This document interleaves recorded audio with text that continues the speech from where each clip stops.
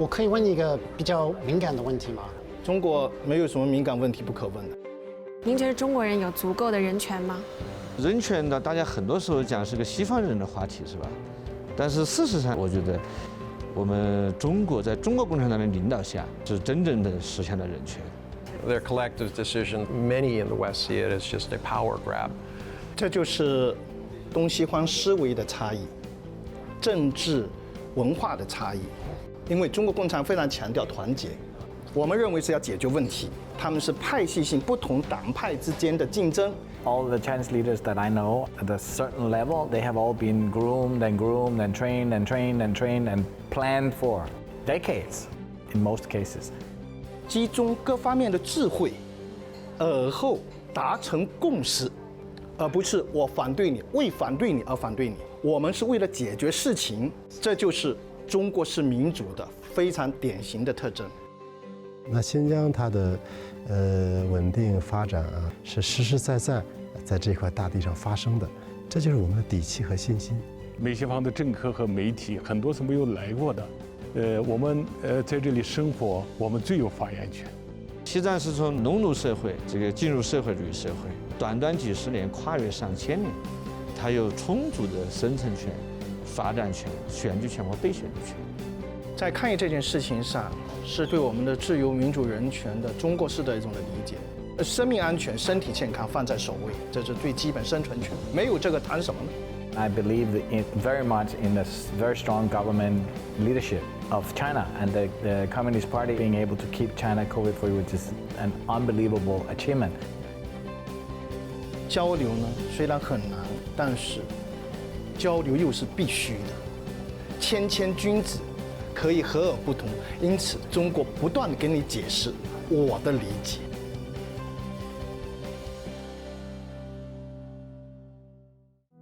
Democracy, freedom, and human rights.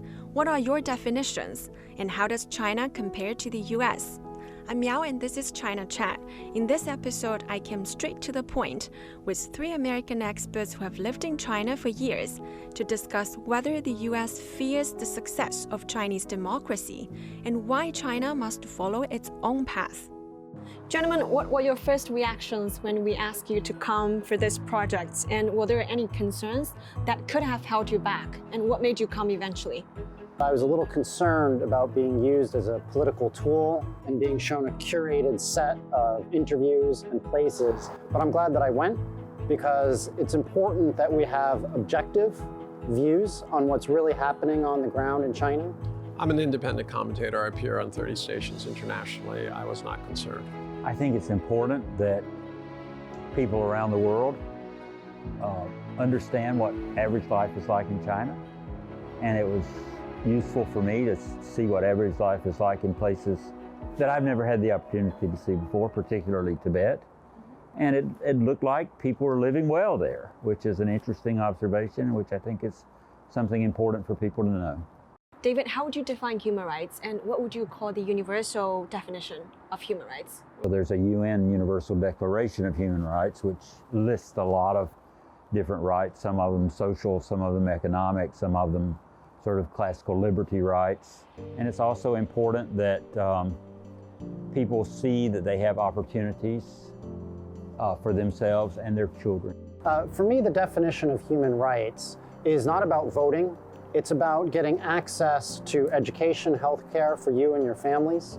It's about being able to have gender equality and be able to create better economic opportunities for yourself. Those metrics are what I look at. Human rights for me is a civil society that is rules-based, that allows everybody to enjoy not only the necessities of life, but also to enjoy choices as the economy goes forward. So who should have the final say on whether the people in a country enjoy human rights? The people of that country. You cannot force values on others. Sean? The people of one's own country should make the decision of how to define human rights. I believe in self-determination, sovereignty, and so it's got to be the people of China who define human rights and what's important to them. It's purely a domestic issue. It should be a process of development within the country. So of all the human rights the citizens of a nation enjoy, are the priorities different for different countries? I think everybody wants to feel respected by their community and they want to feel like they have a say. I think at different levels of development and different cultures, giving people that respect and that say can be done in different ways. One thing we've learned is that trying to dictate another country's system doesn't work. Would you agree that different countries should have different human rights development priorities? Yeah, I think each country historically is facing different cultures, religions, geographies. And so each country has their own definition and they're at different stages of development. That said, I think there's basic necessities or human rights. At the end of the day, we're all people trying to take care of our families. From your experiences, what are the biggest or most noticeable human rights developments in China for the past few decades? For me, the biggest change was gender equality. In the 1980s, the literacy rates were very different between males and females. There are now more females than males getting university educated in China. There are actually more females than males getting MBAs. There's still a long ways to go, but I think it's really important that China becomes the lead in promoting male-female equality. For me, it's a laws-based society and system. In the old days, I think it was a lot about who you knew. Today, with a rising middle class that's concerned about protection of their rights, not based on who they know, I think that's the most important. David? Well, the huge change we've seen is a change in living standards. Basically, China's gone from being a very poor country to a high middle income country. That was made possible largely because of economic rights, people's right to build a business and their right to build some degree of wealth. I think the next challenge going forward is being sure that everybody in China has that opportunity. And if I may ask, as a foreigner here, do you feel like you have human rights? Are there any rights that you think you should have but don't? No, I can't think of anything. How about you two? Actually, I feel quite privileged. As a foreigner, I'm a guest here. If I didn't feel comfortable here, I wouldn't be here. For me, since I've actually spent the majority of my life in China, I wish that the Chinese government made it easier for foreigners like me to retire here. So how is China's human rights situation different from what you have read from Western media? Well, I think the human rights situation on the ground is completely different from what you see in Western media, whether it be the New York Times or whether it be ABC from Australia. And they're not looking at the 99% of positive stories. I would love and I would challenge the New York Times to actually write more about poverty alleviation, about pollution, about its COVID response. I think China's COVID response has been 100% the best in the world. We're still able to travel. I don't always wear masks. I wear masks when I need to. The Western media is not showing its own citizens the true situation of human rights. There's in part, it's a desire to point the finger at somebody else, but there's also this existential problem where especially Western countries see the rise of China. Its success is the problem.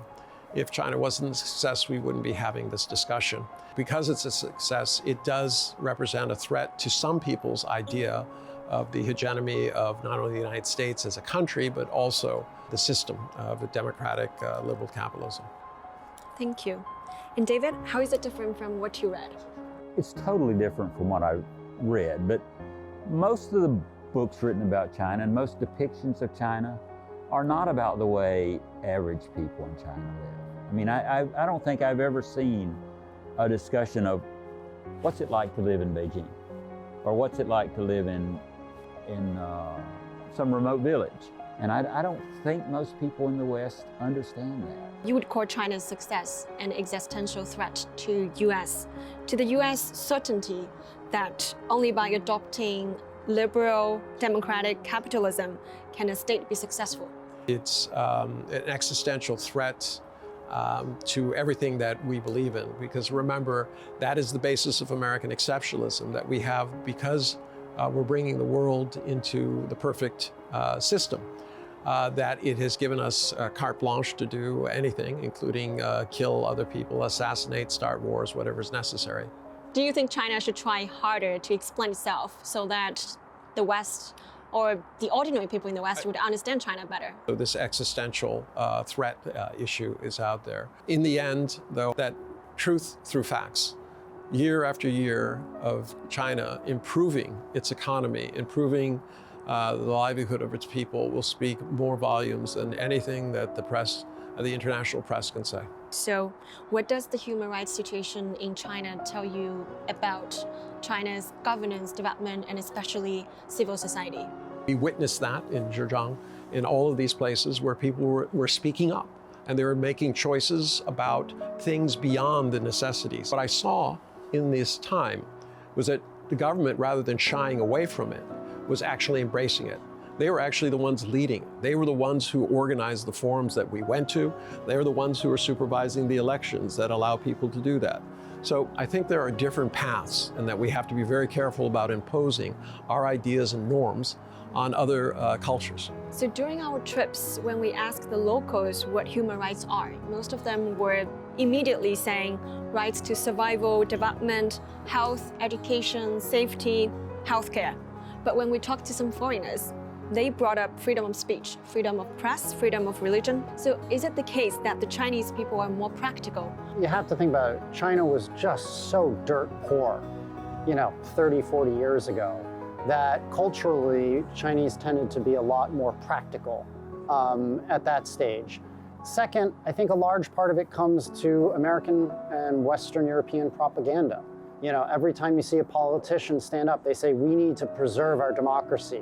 The bedstone of our liberal democracy is freedom of speech. It's propaganda, right? I actually find the United States, terms like American exceptionalism, the Pledge of Allegiance to the flag, eating hot dogs on July 4th.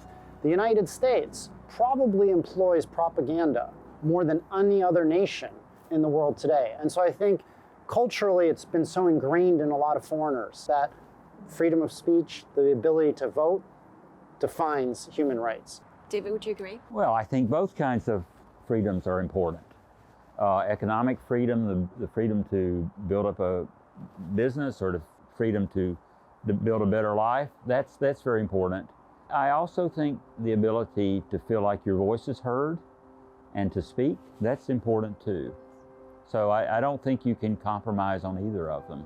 Would you like to have freedom first or a better life? I think they go together and they actually reinforce each other. Okay, and I'm going to disagree with David on this. I don't think freedom of speech is much use if you don't have anything to eat, if you can't walk on the street, if you have no hope, you don't have a job, and your children are starving. I think the ability for people to think fairly freely is important to having a dynamic economy. One thing we've seen at the local level in China, in particular, to what we saw on these trips, is that a lot of people believe they can make their voice heard in the things that matter most to them directly. But my point was that you cannot start talking about esoteric freedoms and choices when you don't have anything to eat. The reason we disagree on this is that having a cacophony of voices does not solve anything. Having a voter box does not solve anything by itself. It's the attitudes of the people, their willingness to come together, sacrifice a little bit for the future rather than to pursue their own selfish aims. Or right now in the United States, you can say anything you want, and they do. And it hasn't helped anything. We're more polarized than we've ever been before. Sean, would you agree that freedom should always be regulated by law? And under what circumstances should freedom be restricted, and up to what extent? Well, I think freedom is a great term. It's a great aspiration, but there are limits to freedom. You need to make sure that your individual freedoms don't infringe on the freedoms of other people and infringe on society as a whole. So in China, people can say what they want to say, but they can't then go out in a public setting and say, let's go cause social instability. And David, I have a question for you. So it seems that in the US, individual views and rights are put slightly above the collective, but in China, it's the opposite. So do both approaches make sense to you? I can give you a very mundane example. In China, people are willing to live in apartment buildings because usually their neighbors are pretty respectful of them. They don't play very loud stereo music at all hours. In the United States, people hate living in apartment buildings, usually because there's some neighbor who has no respect for anybody else. And play some loud music all the time or something. So I think that kind of communal respect for each other is important, and we need more of that in the United States. On the other hand, it's important for people to be able to think for themselves and to be able to express their opinions. How would you briefly explain China's democratic system to people who don't really understand it? Actually, the Communist Party embraces democracy, but it's a democracy that is limited by the circumstances they find themselves in. So their democracy is about the result, all right? Having a civil society, the things that David said about being able to live in a place where people respect each other, having some sort of opportunity for everybody, changing things in better ways, extreme poverty. They look at everything from these kind of milestones, what we need to achieve. Those are ways in which to get things done. But it doesn't make it the end. The end is the betterment of the people. Most people just know that the Communist Party is the ruling party in China. But what are the things that are often overlooked or misunderstood? They don't understand the amount of planning, the amount of feedback that goes into it. And in the end, if a government exists to serve and help the people move forward, to have a better life. And the question that people should be asking, is China achieving this? And if they are, they should study it, not adopt it. Study it, find what works for them, and do that. In the press, they always say when the National People Congress come, they always call it rubber stamp. But I think on this trip, we saw that that's not quite true, right? You see whether it's Simon the Foreigner in Hubei, whether you see it's in Yili with the Hui and the Uyghur Muslims, that grassroots views, the opinions of people from even the smallest little area is bubbling up all the way to the top of the country. And there's a lot more discussion, a lot more debate, and a lot more thoughtful reasoning about what should China do when it comes to political and economic policies than I think most Westerners understand and realize. China's come up with a different model of governance. Do you think the Chinese government listens to the people, and what are the mechanisms in place where people can actually have a say in their country? Well, the Chinese government is the biggest consumer of any survey out there. I mean, they're constantly seeing what people think. They have their grassroots organizations. They have 92 million members who are not all in the government, who work as trash collectors, housewives, etc. If you go to the People's Political Consultative, what they are ordinary people who are reporting in. So they report in at the top. They hold study meetings. They go and talk to their people. They're representatives of different groups and organizations throughout China, representing every single part. I think there's a lot more accountability in China's political system than in a lot of democracies where they vote. Look at how many people in Nanjing, how many government officials recently lost their jobs or got demerits because they didn't control COVID fast enough. How many American officials, how many governors, how many mayors, how many senators have gotten in trouble for the worst COVID response in the entire world? I don't think anyone's lost their jobs.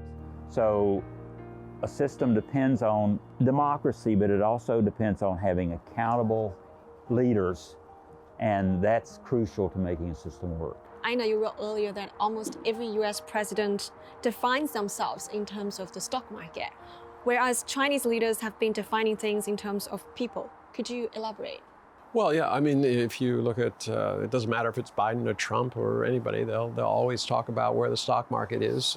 You measure your country in terms of how many billionaires and millionaires you've created, instead of how many people you've pulled out of poverty. And that's what China has done. So the US usually champions liberal democracy as an end for all humankind. In your opinion, should the focus be on achieving democracy for democracy's sake, or should it be on serving the people? In the end, it is the betterment of the people, taking care and creating a society. The means by which you get there doesn't matter. The issue is, what do you achieve? Do you help the people or not? Don't tell me you're holier than thou because you believe in this and that.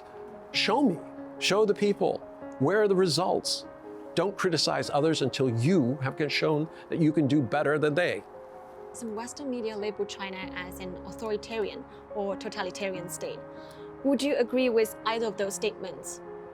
No, China has a different system, and it's very easy to vilify countries who don't follow your particular area.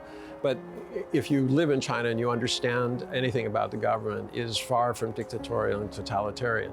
The party is a massive party.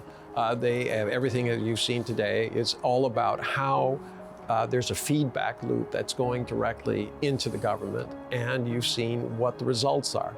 So it's a non sequitur. It's just an easy way of vilifying something you don't understand. If you label it as authoritarian, there's a lot of negative connotations and implications. And I don't think the political system here is negative. I support it. If I was Chinese, maybe I would apply to be a party member as well. It could be democracy with Chinese characteristics, but that's selling itself short. China over the last 40 years has done a remarkable job of being pragmatic.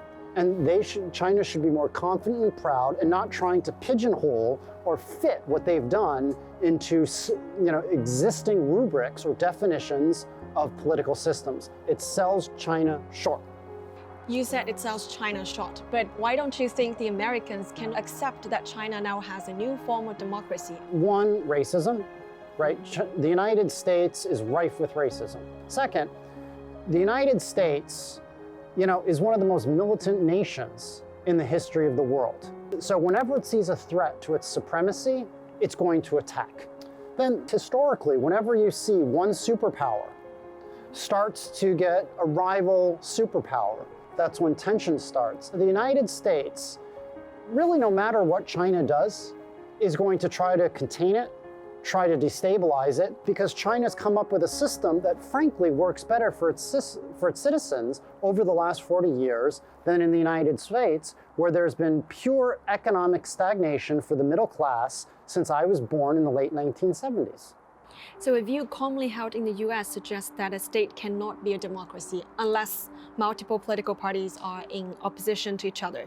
Would you agree? No, I don't agree, because there are many countries in the world that function perfectly fine that do not adopt the same system. It's a question of whether or not we are going to accept that there are different paths to prosperity or continue to insist that there's only one. Whether a country has one party or two parties or multiple parties isn't real key. The key is, are there checks and balances? So the United States has run into a logjam that is not easily resolved unless, and this is my fear, they start, again, attacking another nation. The US has attacked over 37 countries since the end of World War II, military bases in over 80 countries. A war seems to be the only way the president can unify a country.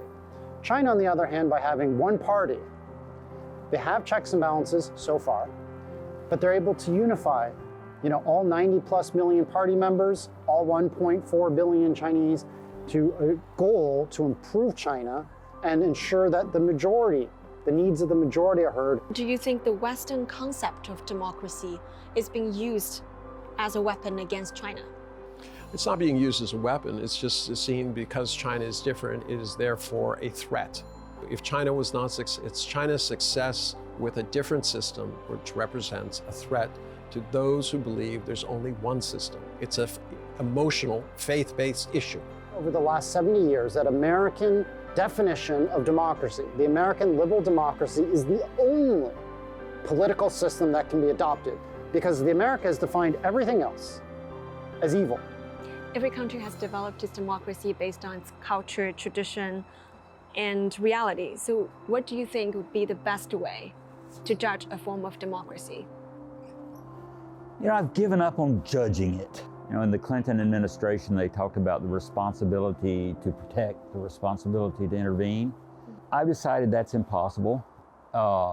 In particular, my own country, the United States, needs to focus on our own problems and stop focusing on other people's problems. So what's the best way to judge a form of democracy, and what's more important, the process or the result?